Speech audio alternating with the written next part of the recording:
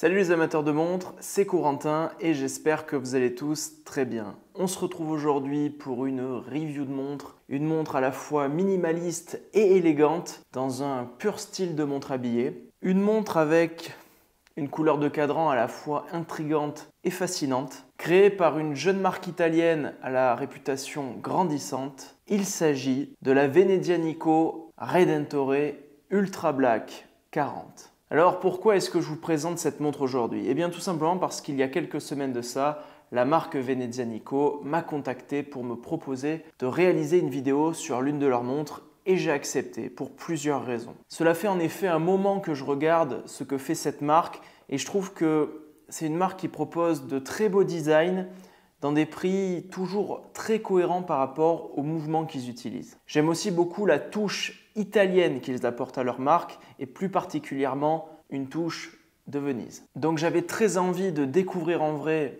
l'une de leurs montres et de vous en faire une vidéo pour vous parler de mon ressenti et vous donner plus généralement mon avis dessus. Alors aujourd'hui, je vais vous présenter la version Ultra Black 40 mm, mais il existe dans la gamme Redentore de nombreuses variantes, que ce soit de couleurs, mais aussi d'affichage sur le cadran et de matériaux utilisés sur le boîtier. Par souci de transparence, comme je le fais d'habitude, je vous indique que cette montre, eh bien, c'est un modèle que je peux garder une fois que j'aurai réalisé cette vidéo. Mais comme je vous l'ai déjà dit aussi, je choisis les montres que je vous présente et comme j'analyse quand même plutôt pas mal les montres déjà sur le papier, je ne choisis que des modèles qui, je sais, sont bien et en tout cas qui me plaisent parce que j'ai vraiment pas envie de me forcer à vous présenter des montres que je n'aimerais pas, même si je pouvais les garder. Donc rassurez-vous sur ce point.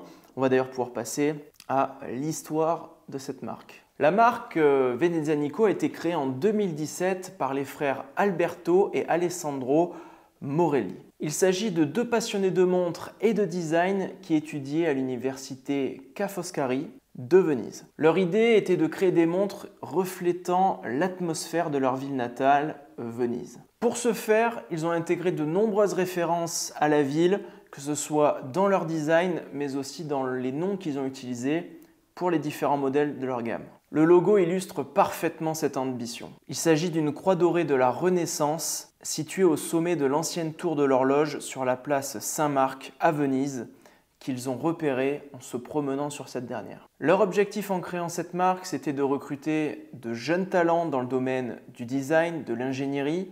Il fallait qu'ils soient passionnés d'horlogerie.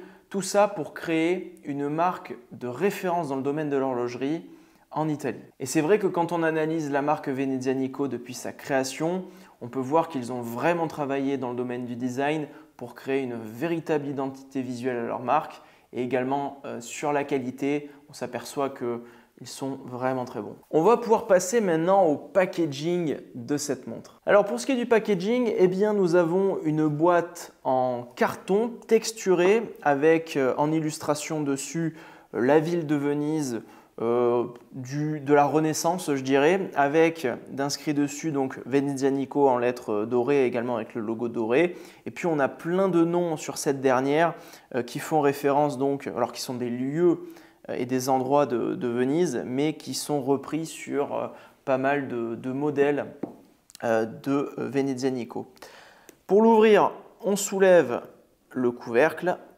On s'aperçoit qu'à l'intérieur du couvercle, on a encore une fois Venezianico en lettres dorées, entouré d'un tissu un petit peu matelassé, donc ça c'est pas mal pour amortir les chocs.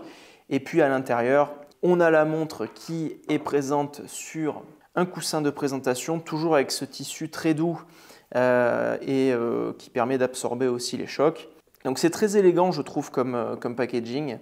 Et puis si on veut accéder donc au papier de la montre, il faut soulever la base avec ce coussin de présentation et puis on arrive sur un petit compartiment dans lequel on a sur un papier cartonné, encore une fois avec les illustrations et cette texture très sympa au toucher. Et voilà, on a la carte de garantie et un autre papier qui nous permet d'accéder au club des possesseurs de Venezianico et c'est signé par les deux fondateurs. Alors c'est imprimé, hein, mais voilà, je trouve que c'est vraiment élégant, bien fait. Il n'y en a pas trop, c'est juste ce qu'il faut et je trouve que voilà, pour le prix, eh bien, je trouve que c'est un beau packaging. Alors, il n'y a pas du cuir comme il peut y avoir à d'autres endroits, mais je trouve que ce tissu, ma foi, est tout à fait agréable. Et cette boîte, je la trouve vraiment qualitative, en fait. Également, alors ça, je ne sais pas si c'est tout le monde qui le reçoit, mais avec la montre et le paquet, donc j'ai reçu également ce livret qui est très joli avec à l'intérieur tous les modèles de Venzanico, l'histoire de Venzanico. Et voilà, les images de montre sont, je trouve, très jolies. Donc, bah, écoutez, ça en fait plusieurs bons points, je trouve. Donc, le packaging, vraiment, vraiment très bien. On va pouvoir maintenant passer concrètement à la montre en commençant par son boîtier et ses caractéristiques que je vous affiche dans ce coin. Cette fois-ci, je ne me trompe pas. Donc cette montre, elle a un boîtier en acier inoxydable 316L, donc c'est assez classique aujourd'hui dans l'horlogerie. Au niveau des dimensions, on a un diamètre de 40 mm combiné à un corne à corne de 46,7 mm et une épaisseur de 11 mm. Toutes les valeurs que je vous donne, je les ai moi-même mesurées. Et je crois qu'en l'occurrence, sur cette montre, ce sont les mêmes que celles annoncées par la marque, donc ça c'est plutôt bien. Pour vous dire ce que je pense de tout ça, je pense qu'on a un diamètre qui offre une belle présence au poignet, peut-être un petit peu trop pour une montre habillée, mais j'y reviendrai en conclusion là-dessus pour vous dire vraiment ce que j'en pense. Et on a un corne à corne qui est, je pense, portable par l'immense majorité des poignets. Et l'épaisseur, à proportion de la longueur, elle paraît tout à fait fine, enfin c'est tout à fait satisfaisant à ce niveau-là. Ensuite, l'entrecorne 20 mm, taille tout à fait standard, vous pourrez mettre autant de bracelets que vous voulez dessus. On a un poids de 80 grammes, c'est cohérent. L'étanchéité est de seulement 5 ATM, alors c'est pas énorme. Après, on est sur une montre dans un pur style habillé, ça ne me viendrait pas à l'idée d'aller à l'océan avec cette montre au poignet. Elle n'a pas du tout le bracelet qui est fait pour d'ailleurs. Malgré tout, 5 ATM pour ce style de montre, moi je trouve que ça suffit parce que ça vous protège quand même de la pluie, ça vous protège au cas où vous lavez les mains et qu'il y a pas mal d'eau qui vient dessus. Voilà, en théorie, même quand c'est neuf, 5 ATM, ça peut vous permettre de nager à la surface de l'eau, même si voilà, cette montre n'est pas prévue pour, le bracelet n'est pas fait pour. Mais c'est surtout que quand ça s'use, l'étanchéité se dégrade. Donc voilà, la vie courante, oui, aller directement dans l'océan avec, non. Pour finir avec les caractéristiques, on a un verre saphir avec revêtement anti-reflet, donc ça c'est plutôt très bien. Ce que je dois vous dire aussi sur cette montre, c'est qu'elle existe également dans cette couleur ultra black en 36 mm, donc ça c'est très bien pour les petits poignets et pour les fans de vintage aussi d'ailleurs. Et par contre, elle perd les 5 ATM d'étanchéité, elle n'a plus que 3 ATM. Ça, je trouve ça un petit peu dommage, malheureusement. Pour rentrer un peu plus dans le détail de ce boîtier, je vais vous parler des différents éléments, en commençant par la carrure. Celle-ci, donc, elle a des formes vraiment élégantes, avec des courbes, elle a des lignes fluides. On peut remarquer que les cornes, elles sont vraiment courbées pour épouser au mieux le poignet. Et puis au niveau des finitions, on a une alternance de brossé sur la tranche et de polymiroir sur le dessus. Écoutez, je trouve que c'est plutôt un bon point que la tranche soit brossée, ça évite pas mal de rayures. Et puis ça donne un sentiment de qualité supérieure d'avoir cette alternance. Pour ce qui est de la lunette, évidemment on est sur une montre habillée, donc nous sommes sur une lunette qui est simple, élégante, polymiroir en courbe. On remarque que dans la partie basse de cette lunette, il y a un petit travail d'angle comme un chanfrein polymiroir et ça rajoute un petit peu de complexité au design. On voit qu'il y a eu du travail et ça je trouve que c'est appréciable. Pour ce qui est de la couronne, on est sur une couronne non vissée. Elle fait 5,9 mm de diamètre. Elle est entourée de protège-couronne pour la protéger comme son nom l'indique. Les stries de cette couronne, je trouve qu'elles sont vraiment bien réalisées et je trouve globalement que la prise en main, en tout cas la prise entre les doigts de cette couronne est vraiment bonne. On remarque aussi que le logo de la marque est gravé dessus. Donc franchement, cette couronne, c'est un bon point. Elle est agréable à prendre en main et sur une montre habillée, ce n'est pas toujours le cas.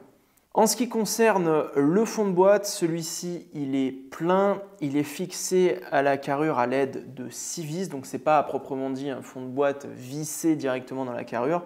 Ce sont des vis qui le maintiennent contre. Alors ça offre moins d'étanchéité. Mais là, comme on est sur une montre habillée, Pour du 5 ATM, ça suffit. Ça permet notamment d'avoir la gravure parfaitement bien alignée au dos. Et d'ailleurs, c'est une très jolie gravure qui fait référence à l'immensité noire absolue de l'espace, en clin d'œil, bien entendu, au cadran. Donc voilà pour le boîtier. On va pouvoir passer d'ailleurs à ce fameux cadran. Le cadran de cette montre, on peut dire qu'il est quand même assez surprenant du fait de sa couleur.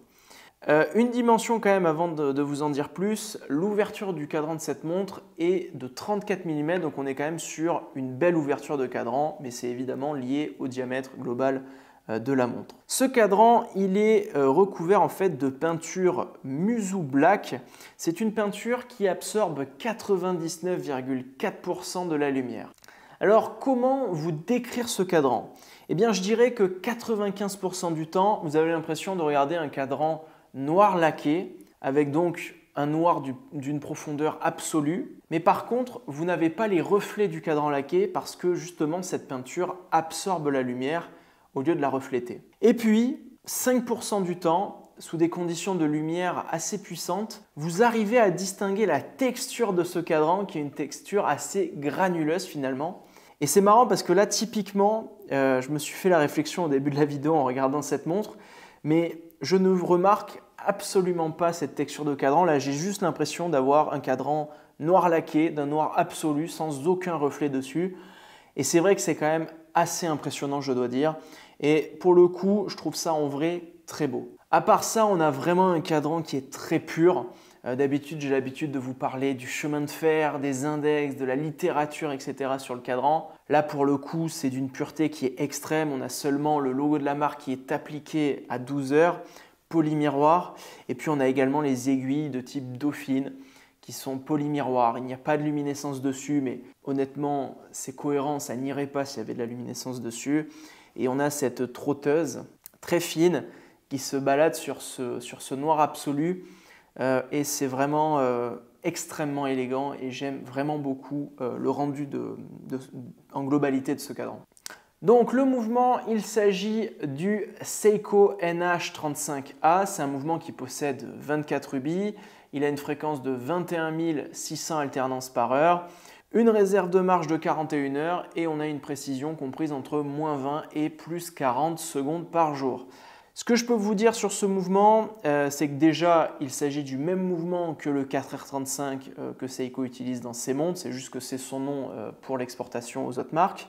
Et alors l'avantage que ça a par rapport au 4R35 de Seiko, c'est qu'ils annoncent une meilleure tolérance de précision sur les mouvements qu'ils exportent que sur ceux qu'ils utilisent. -20 +40 sur celui-ci, -35 +45 sur les 4R de chez Seiko. Je ne sais pas pourquoi ils font ça. Ce que l'on peut dire également, c'est que c'est quand même un mouvement entrée de gamme, que ce soit au niveau de son prix, mais également de ses performances. Cependant, c'est un mouvement qui a quand même des qualités. Il est fiable, il est facile à trouver, facile à entretenir. Et également, c'est un mouvement techniquement moderne, c'est-à-dire que l'on a un stop seconde, un remontage manuel, pareil, encore heureux. Et surtout, si on rentre un peu plus dans la technique, il possède une masse oscillante qui permet de remonter le ressort de barillet en tournant dans les deux sens et non pas seulement dans un sens. Ça a deux avantages, c'est plus efficace et surtout au quotidien ça permet plus de confort, que ce soit au poignet vous sentez moins la rotation de la masse à l'intérieur de la montre et surtout au niveau auditif vous n'entendez pas la masse tourner. Contrairement par exemple à un Miyota qui ne remonte que dans un sens le ressort de barillet. Voilà, bon ça c'était assez technique. Je sais que certains aiment bien quand je rentre dans ces petits détails, ce n'est pas la première fois que je le dis. Au niveau de la précision concrètement que j'ai mesurée dans les 6 positions, j'ai une moyenne de précision donc sur les 6 positions de seulement plus 1,5 seconde par jour, ce qui est vraiment exceptionnel pour un Seiko NH35.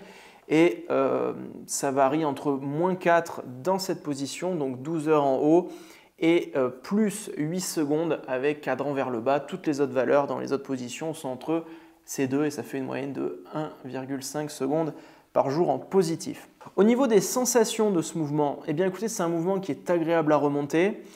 C'est un mouvement également qui est précis sur le réglage de l'aiguille des minutes notamment. Et par contre, il a un défaut quand même, c'est qu'il y a une date fantôme, c'est-à-dire que vous avez un cran de réglage pour la date, alors qu'il n'y a pas de date, hein, mais c'est-à-dire qu'en dessous, ils ont gardé le disque de date. En tout cas, il y a toujours sa position. Voilà, c'est un peu dommage. J'aurais bien aimé qu'il enlève. Après, ça doit avoir certainement un coût. Et il faut sans doute aussi des compétences horlogères ensuite. Donc, bon, je comprends qu'il ait gardé pour des raisons de coût, mais en soi, c'est un peu dommage. On va pouvoir passer au bracelet. Concernant les bracelets, cette montre elle est livrée de base avec un bracelet en cuir et vous pouvez choisir en option également d'avoir un bracelet en acier qu'ils appellent Canova en référence à Antonio Canova, un célèbre sculpteur et peintre vénitien. Et j'aime beaucoup toujours ces petites références à Venise et à l'histoire de la ville et à ses personnages illustres.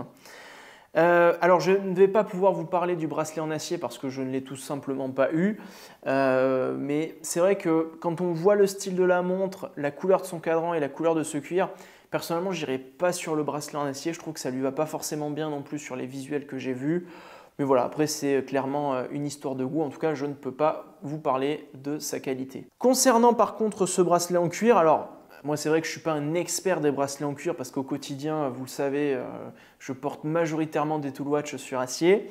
Mais malgré tout, on est sur un bracelet en cuir véritable, fabriqué en Italie. On sait quand même que les Italiens ont une certaine renommée en termes de cuir. D'ailleurs, en termes de qualité, je trouve qu'il est très cohérent par rapport au prix de la montre. Et au-delà de la qualité, je trouve qu'il marche vraiment très bien avec cette montre et notamment avec la couleur de son cadran. J'aime beaucoup un petit détail sur ce dernier, c'est au niveau de son extrémité côté boîtier, il est arrondi pour bien épouser justement la carrure de la montre, ça c'est bien. On est vraiment sur noir sur noir, enfin il n'y a pas de surpiqûre, il n'y a pas de bride de couleur, les passants sont dans la même matière et parfaitement noirs. À l'intérieur, on a également du cuir avec d'inscrits Made in Italy et Venezianico sur l'autre brin. Et puis au niveau de la boucle, eh bien, elle est en acier inoxydable, elle est polymiroir avec le logo de la marque qui est dessus. Et puis par contre aussi ce que je dois dire, c'est que je pense qu'il permet une grande variété de réglages parce que quand même moi je suis à 18,5 au niveau de mon réglage et je suis à peu près au milieu des réglages de ce bracelet. Donc voilà, je pense que de 16 à 20 cm de circonférence de poignet, ça ira. Hein. Voilà pour le bracelet, on va pouvoir passer au prix de cette montre avant de conclure cette vidéo. Au niveau du prix, donc, on est à 500 € dans cette configuration donc, sur bracelet cuir. Et donc, il faut rajouter 85 € pour avoir le bracelet en acier en plus, qui fait passer à 585 € pour avoir la totale. On va pouvoir conclure cette vidéo et je vais pouvoir vous dire concrètement ce que je pense de cette montre. En conclusion, eh bien, j'aimerais commencer par dire que cette montre, ça a été une très belle découverte. J'ai aussi apprécié découvrir l'univers de la marque Venezianico. Pour revenir sur chacun des points de cette montre, rapidement bien sûr, pour l'histoire, alors évidemment c'est une marque récente, mais j'aime beaucoup par contre l'univers de la marque lié à Venise, à son histoire, à son patrimoine. Ça, je trouve ça très très chouette, vraiment. Le packaging, pour le prix, il est très bien également. Il est beau, il est élégant, donc j'aime beaucoup. Pour ce qui est du boîtier, oui, il est élégant, il est bien fini. Il y a aussi la version en 36 mm, mais malheureusement avec seulement 3 ATM. J'ai quand même une petite frustration à ce niveau-là. Ça ne concerne pas du tout la qualité ou quoi, mais ça concerne la taille purement et la présence au poignet. J'aimerais beaucoup une version entre les deux, en 38 mm par exemple, parce que j'ai l'impression d'être entre les deux tailles. Je trouve que cette 40 a peut-être un peu trop de présence à mon poignet. Tout ce que je vous dis là, c'est vraiment mes goûts personnels. Hein. Par rapport à mon poignet 18, mais pour certains, 40 c'est parfait même sur des poignets plus petits. Et pour d'autres, jusqu'à même des poignets plus gros, la 36, il n'y a que ça qui voit. Je comprends parfaitement, là je vous dis vraiment mon avis à moi. J'aimerais la voir en 38 mm comme la montre que j'ai au poignet. Je trouve que pour une montre habillée, ça serait plus élégant à mon poignet. Parce que par contre la 36, je pense qu'elle serait trop petite.